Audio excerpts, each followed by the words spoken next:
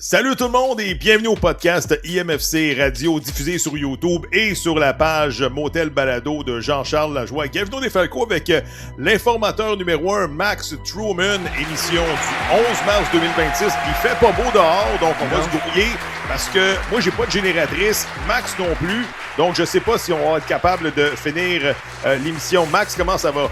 Ça va très bien. Max Truman sur un projet de Jean-Charles Lajoie, man. Oh, tout est dans tout est dans tout.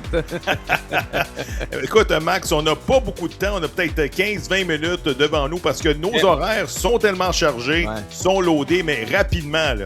Ouais. Victoire de 3-0 du CF Montréal contre les Red Bulls au New Jersey. On en a parlé. On va revenir sur le space dans quelques instants. Mais écoute, c'est pas une victoire inattendue, mais il n'y a personne qui mentionnait que l'Impact allait être favori puis allait gagner 3-0. Moi, je l'avais pas pensé. En tout cas, rapidement, en 30 secondes.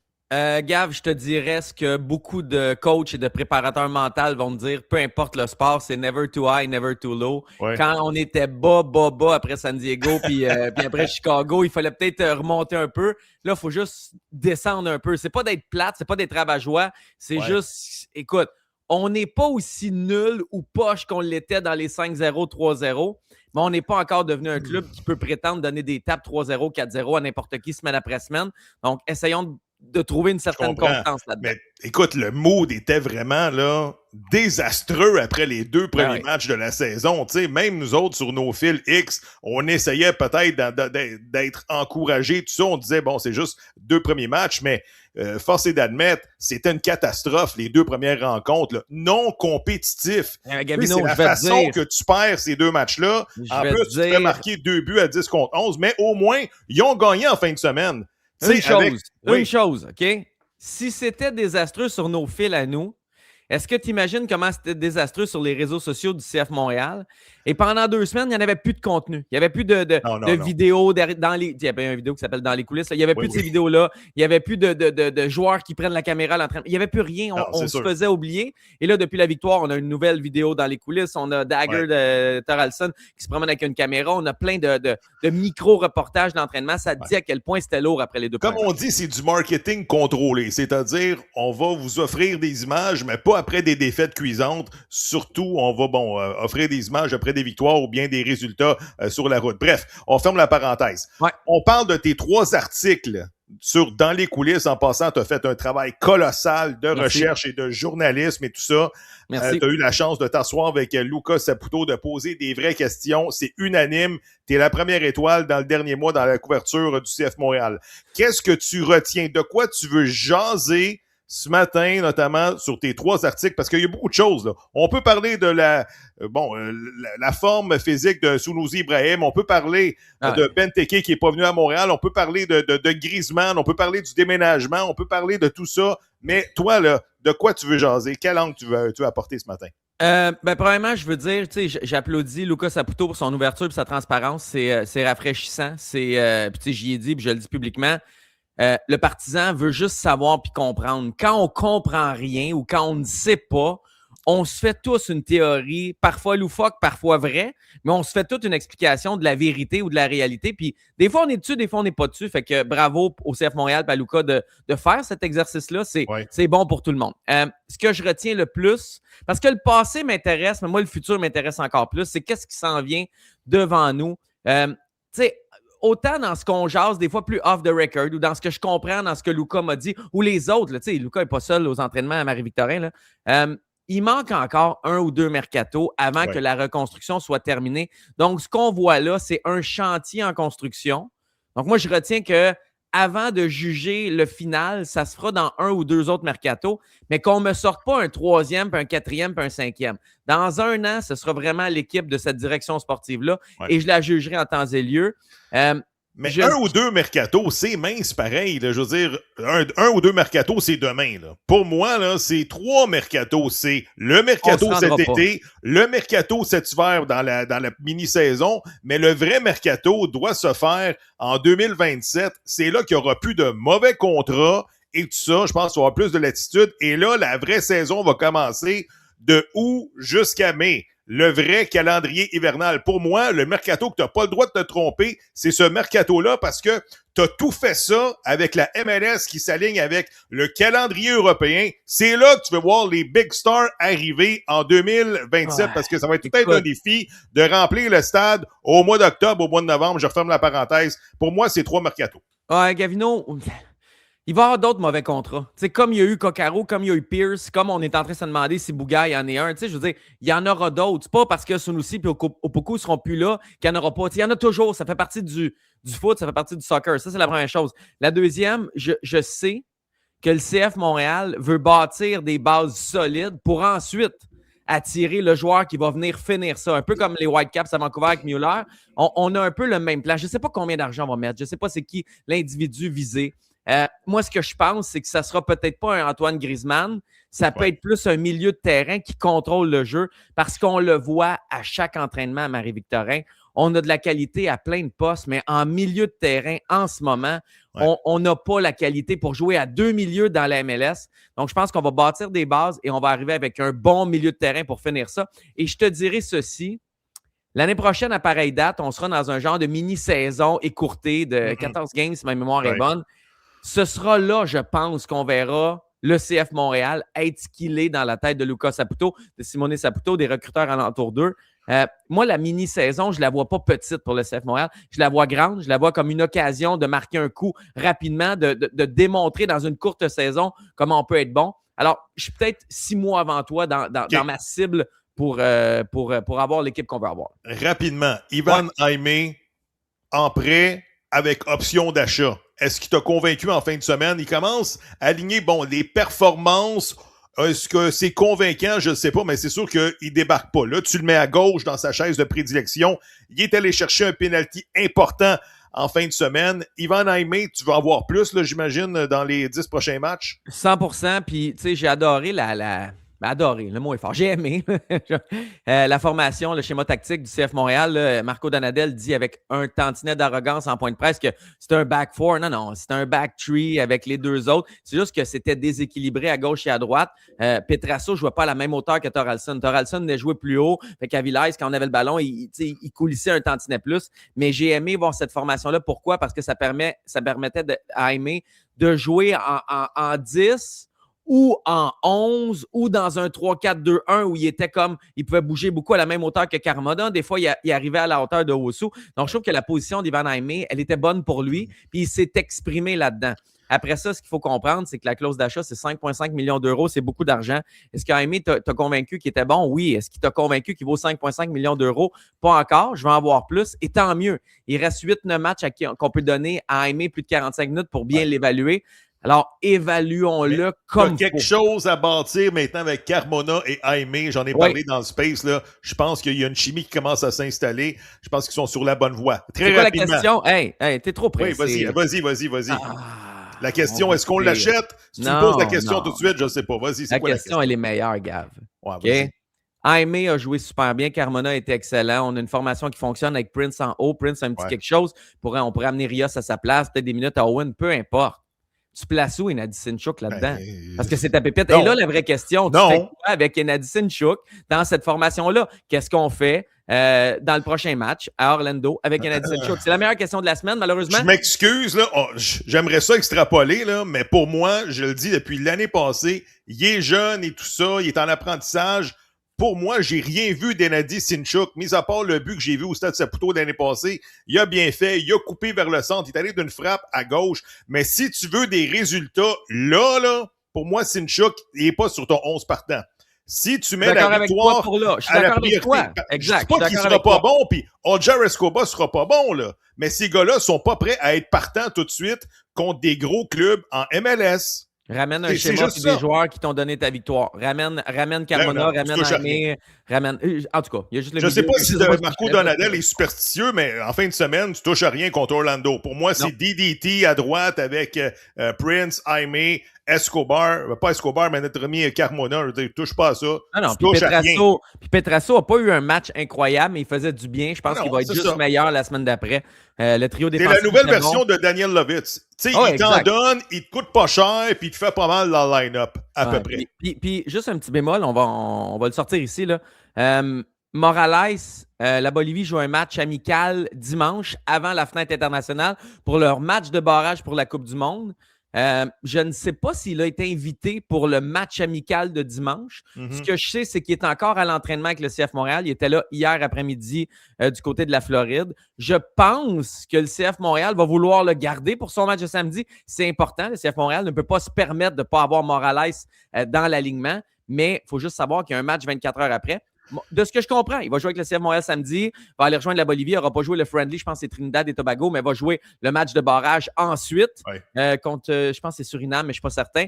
Mais quand même à surveiller la situation de Morales, c'est ce que je pense, c'est ce que j'entends, c'est ce que j'en déduis, mais il y a quand même un petit bémol avec Morales. Également à surveiller Thomas Gillier qui pourrait être rappelé par l'équipe, je crois, algérienne ou marocaine. Oui. Non, c'est algérienne. Algérienne. Donc, on va surveiller ça de près, voir, parce que, bon, son grand-père, je crois, il a vécu en Algérie. Donc, avec les niveaux, j'imagine, son arbre généalogique, il le permet d'évoluer pour l'Algérie. Donc, on surveillera de près. Mais écoute, t'as-tu aimé l'après-match que j'ai diffusé un peu plus tôt cette semaine? Thomas Gillier, qui sert d'interprète à Wiki Carmona. Il était où l'interprète du CF Montréal? Il fait pas le voyage, c'est quoi? Non, mais sérieusement, le gars, c'est une des étoiles de la rencontre, fait des arrêts clés, puis ensuite, ta job, c'est d'aller traduire les propos de Wiki Carmona. J'ai vu ça, là. Ah ouais, mais... tu as deux façons de voir ça. Tu peux le voir d'un côté. Moi, je dis bravo. Exact. Bravo. Moi aussi. T'as d'un côté, tu peux dire à quel club de tout croche, ils n'ont pas de traducteur, etc. Ils n'ont pas d'interprète. Mais de l'autre côté, tu fais comme hey, guys, on n'avait pas prévu qu'un gars qui parle quasiment seulement espagnol soit le joueur du match, puis le joueur de la semaine dans la MLS. Puis écoute, on fait ça friendly, c'est familial ici. Puis moi, Julie a joué ça. Hey, avant, c'était Alexandro Nolasco, je pense, qui était aux ventes, qui était le traducteur de Mathias Coccaro, tu sais, notre MVP à moi pis Tony. Fait que c'est bien correct. Ça fait partie du folklore du CF Montréal. Sûrement que dans son contrat, c'était écrit dans les petits caractères, là. Va falloir que tu traduises. Voici ta nouvelle description de tâche. Mais bravo, Thomas Gillier. Arrête de dire que ton anglais, il est pas bon, il est parfait. Ton français et ton espagnol est impeccable. Moi, je dis là, bravo à ce gars-là. Puis il n'y a pas 35 ans, je pense qu'il y a 21 ans. L'année passée, quand je suis allé à Toronto, après le match, Gillier s'en allait prendre un vol direct après, tard. Il y avait un appel avec la sélection. Je me souviens pas c'était quoi la ville, mais je pense que c'était Amérique du Sud. Là. Peu importe, la ville n'est pas importante. Il faut juste comprendre.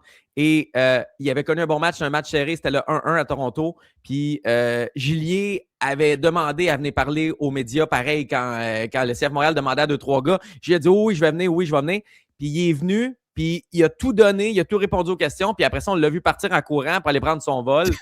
Il est investi. Il est sharp. Il n'y a pas juste du beau violon quand il parle, il est investi dans sa mission. Il est sharp. Ça va être un fan favorite cette année, je te le dis tout de suite. Très rapidement, Tony G, Antoine Griezmann. Tu as eu l'occasion de poser cette question-là, je crois, à Lucas Saputo. Ah, j'en ai parlé. Et puis, est-ce que tu as vu les yeux gros comme des 25 cents, puis il est prêt à aller chercher à l'aéroport, puis même en Espagne s'il faut, puis il est prêt à tout faire pour l'amener ici à Montréal après la parade du défilé de la Coupe Stanley en 2026 par le Canadien de Montréal. Qu'est-ce que tu en penses? Je vais reprendre les mots que j'ai déjà dit. C'est possible, mais peu probable, pour plein de raisons. Est-ce qu'on a parlé au clan d'Antoine Griezmann? La réponse, c'est oui. Est-ce qu'on aimerait avoir Antoine Griezmann à Montréal? La réponse, c'est oui. Mais on est conscient de plein de facteurs. Premièrement, on n'est peut-être pas rendu là dans notre construction. Ce sera peut-être dans 1 an qu'on ajoutera un joueur de cette trempe-là. Deuxièmement, Griezmann joue au même poste que Jaime. En ce moment, on a Jaime. Oui, tout le monde peut jouer à un autre poste, mais... Arrête. Non, il y a de la place pareil pour Antoine Griezmann puis Jaime. Lâche-moi ça. Ah oui, il y avait de la place pour Neymar, Messi, puis... Pas grave. Le truc aussi, c'est qu'on est conscient de contre qui on se bat. On se bat contre des grosses villes qui ont beaucoup d'argent, qui font leur revenu en anglais, en dollars américains au lieu de le faire en dollars canadiens, qui sont dans des gros marchés populaires pour un gars comme Griezmann qui tripe sur la NBA, sur la NFL, sur la culture américaine. On est conscient, on est là, on a dit qu'on était là, on a parlé, on est toujours ouvert à avoir un appel et tout, mais je ne miserais pas sur la venue de Griezmann à Montréal. La bonne nouvelle, Gab, c'est qu'on est là puis on les appelle, ces joueurs-là puis ces agents-là maintenant. Pas sûr qu'on le faisait tout le temps avant. Sérieusement, si tu me poses la question, là, j'aime mieux un club qui joue pour 500, mais on a des rumeurs comme ça à chaque semaine qu'un club qui finit 25e dans la ligue puis pas de rumeurs. Je te le dis, là, même si ce joueur-là vient pas à Montréal, on a le droit de rêver, puis on a le droit de genre d'en discuter avec les amis, tout ça, ça serait sur le fun. Donnez-nous des tinananes comme ça excite les gens. Même s'il vient pas, je te le dis, moi, je suis excité. Mais c'est correct, mais après ça, il faut que ça soit vrai, puis c'est vrai. On a parlé pour vrai, tu sais, c'est pas de la frime, c'est juste qu'on n'est pas cave, là. Le CF Montréal, c'est pas des imbéciles, là. Ils sont conscients.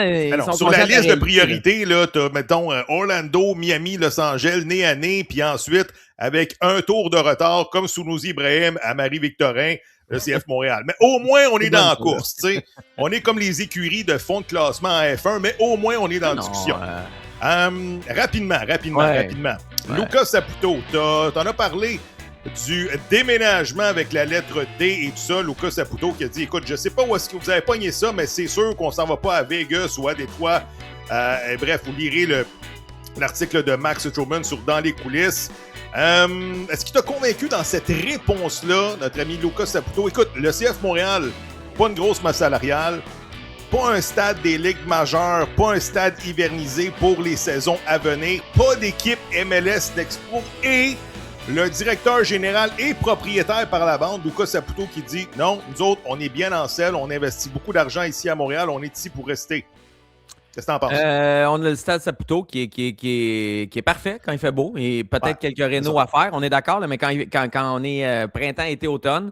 On a le stade olympique qui va être prêt bientôt. On va même savoir dans les prochaines heures si on y fait des rénovations à l'intérieur. Parce que si on n'en fait pas, je pense que c'est un peu peine perdue. Mais on a des plans pour faire des rénos à l'intérieur, des plans où le soccer sera mis de l'avant, des plans où il y aura des sièges sur le bord du terrain, pas super loin, etc. Donc, on va savoir dans les prochaines heures si ça passe. Ça, c'est important. Moi, ce que j'ai senti... Là, écoute, la CAQ qui a investi 1 milliard de dollars sur le toit, qui est pas dans les bonnes grâces des intentions de vote, va tout d'un coup là, annoncer un autre milliard dans le stade olympique pour reconfigurer le stade de soccer. Un stade de soccer. Marche, Gav? Je sais pas. Les gens qui prennent des décisions en ce moment savent qu'ils risquent de pas revenir. Là. C'est pas, ils prennent des décisions qu'ils veulent prendre. Puis souvent, c'est en fin de mandat qu'on prend toutes nos décisions qui ne sont pas nécessairement populaires, mais qu'on voulait prendre pour laisser un héritage puis un legacy. Fait que ça ne me surprendrait pas. Je te dis pas qu'il faut absolument le faire, mais on surveille ça. Moi, ce que j'ai senti, puis jamais Luca m'a dit ça, mais ce que j'ai senti, c'est qu'ils veulent vraiment rester ici. Luca Saputo peut faire n'importe quoi. Là. Je veux dire, son cousin, Manny, avec qui j'ai joué au hockey, qui est un chic type, là, il a voulu faire du UFC, il est allé faire du UFC à Vegas, il a voulu faire de la musique, il écrit de la musique à Nashville avec les plus grands rédacteurs, compositeurs, etc. Luca peut faire n'importe quoi, il n'est pas obligé d'être directeur sportif ou directeur méthodologie et recrutement, peu importe. Fait que tu sais, ils veulent vraiment, lui et son frère, bâtir une équipe ici.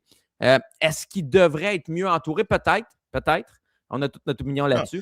Mais moi, ce que j'ai senti, ils apprennent sur la job. Il faut qu'on vive avec leurs bons et leurs mauvais coups.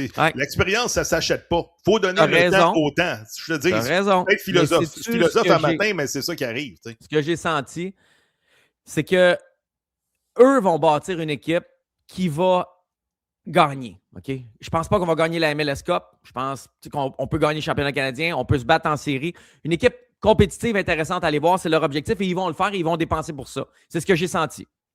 Après ça, ce sera à nous, les médias, aux médias plus traditionnels, aux partisans, au Québec Inc., aux gouvernements provinciaux, municipaux, d'embarquer. Parce que le jour où je te donne un exemple, dans 1 an et demi, tu fais venir Griezmann. T'aimes bien Griezmann, on dit Griezmann. Tu gagnes autant de matchs que t'en perds, même plus. Tu gagnes plus de matchs, tu t'en vas te battre, t'es dans le top 4, t'es en demi-finale, peu importe. Tu gagnes le championnat canadien, puis il n'y a pas de monde au stade, ça chasse le prix des billets, les médias n'en parlent pas plus, on est dans un calendrier en même temps que le Canadien, le provincial débarque, la ville se remet à faire chier, peu importe, tu mets tout ça. Je te dis pas que le club va rester ici 25 ans dans ces conditions-là. Mais là, je sens qu'on a comme un deal global. C'est bâtisser l'équipe, puis le reste des parties prenantes de l'infrastructure sera au rendez-vous. Donc là, en ce moment, c'est l'étape. Les Saputo doivent bâtir une bonne équipe compétitive. Le jour où ça sera fait, ce sera au reste d'embarquer parce que si on est top, puis il n'y a pas de buzz, ben, mets-toi dans la peau des organisations. Tu as eu 2 occasions de le faire dans ton histoire. 15 et 16, tu aurais pu, cacher in en 2017, 2018, 2019. Malheureusement, il n'y a pas eu de suite à Didier Drogba. Et en 2022, tu as fait de l'argent, tu as fait qu'une passe de cash entre 15 et 20 millions avec la vente de joueurs, tu n'as pas réinvesti dans cet effectif-là. Tu t'es dit, maintenant, on est un club qui donne des chances aux jeunes, on développe et tout ça. Malheureusement, la continuité du projet avec 12 coachs en 15 ans, c'est pas l'étape numéro 1, c'est pas la priorité numéro 1 du CF Montréal. Je ne sais pas des fois où est-ce que ça va, cette organisation-là, mais montrez-nous, de la continuité. Donadel, il fait pas l'unanimité, mais il est ici pour 2 ans. On parlait déjà dans les réseaux sociaux, après 3-4 matchs, bonsoir, il est parti. C'est pas un signe de continuité du projet, tu comprends? Mais c'est ça prend... Tu sais, je veux pas faire un parallèle, là, mais tu sais que j'aime ça hockey. Non, mais tu sais que j'aime ça. Tu sais que j'aime ça hockeytiser notre soccer. C'est le seul moyen d'aller chercher les Stéphane, les Martin et les Eric pour écouter ce show-là. Mais Martin Saint-Louis, beau temps, mauvais temps, ça va nulle part.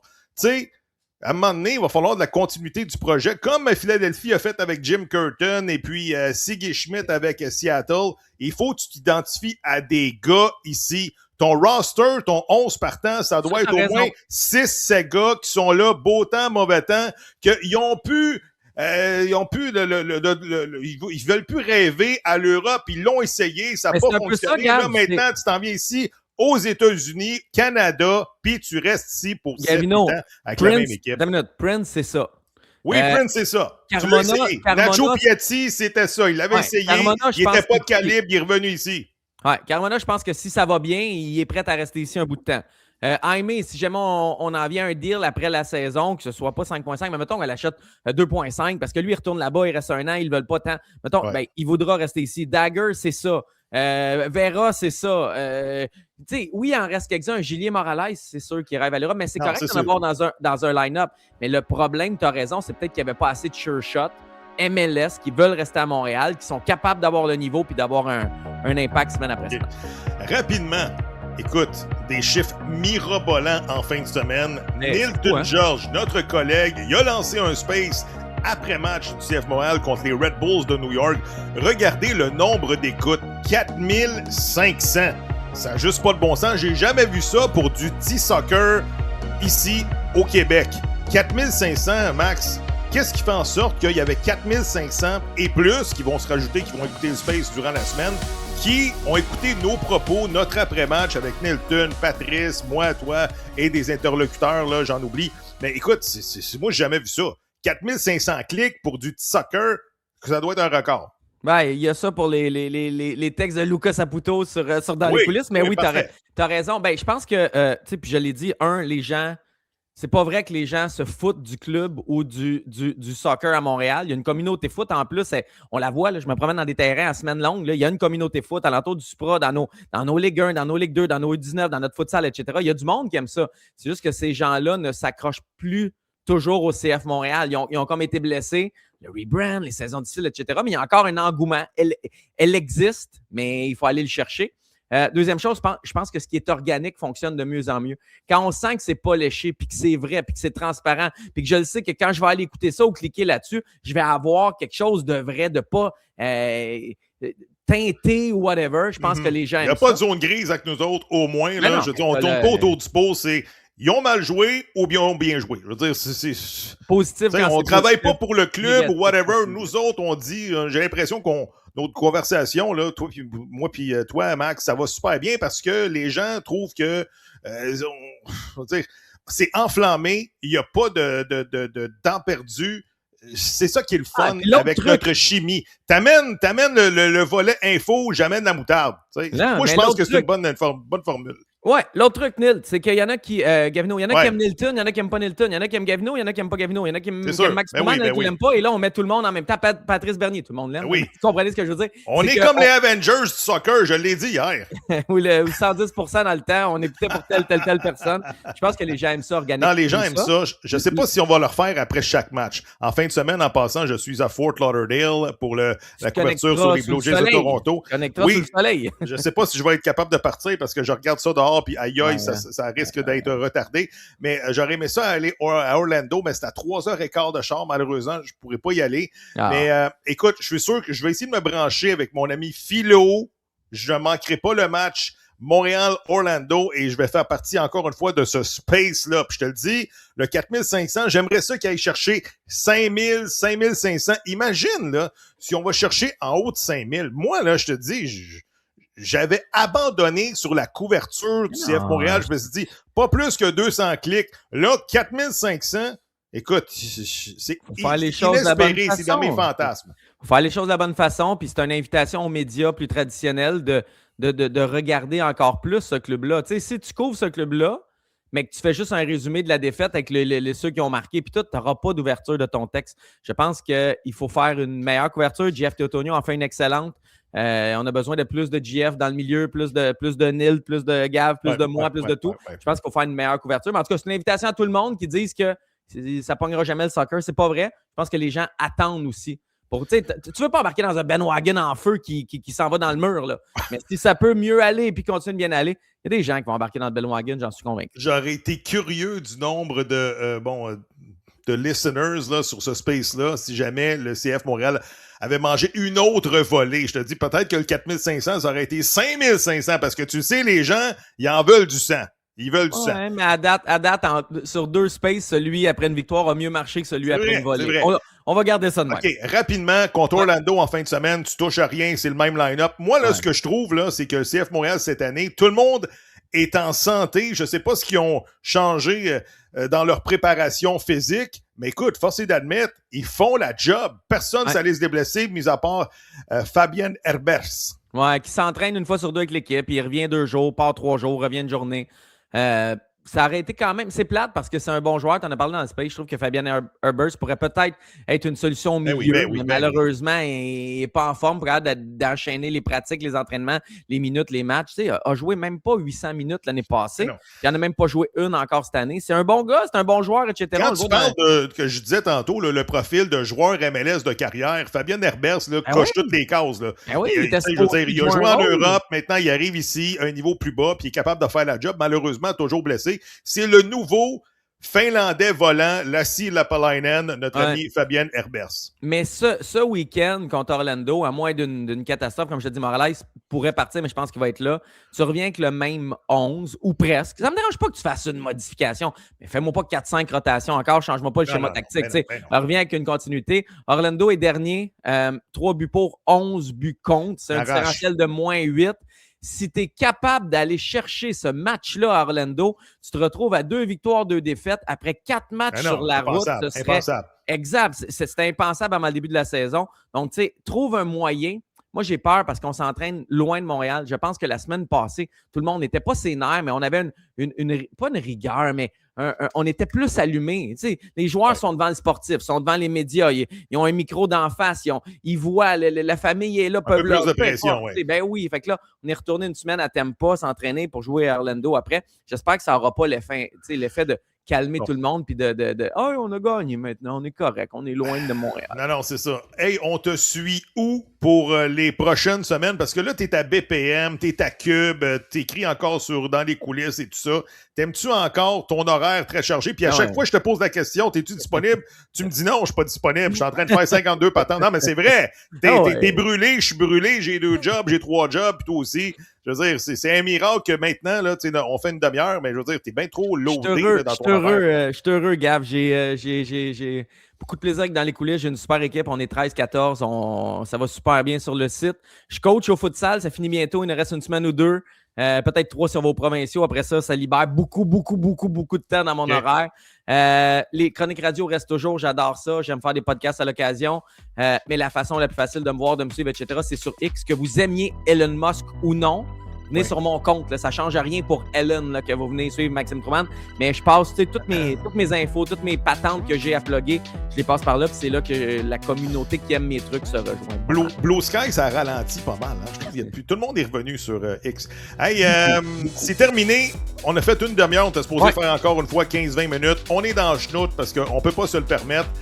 J'essaierai de faire des petites chroniques sur le podcast des Blue Jays. Et suivez-moi sur leschum.com. Puis écoute, Max, là, comme d'habitude, on va se texter 2 à 3 fois par jour pour savoir t'as-tu entendu ça, t'as-tu entendu ça. Et puis, lorsque c'est pertinent, on va vous le texter sur X. Au nom de Max Schumann ici, Gavino De Falco qui vous dit à très bientôt. Bye bye.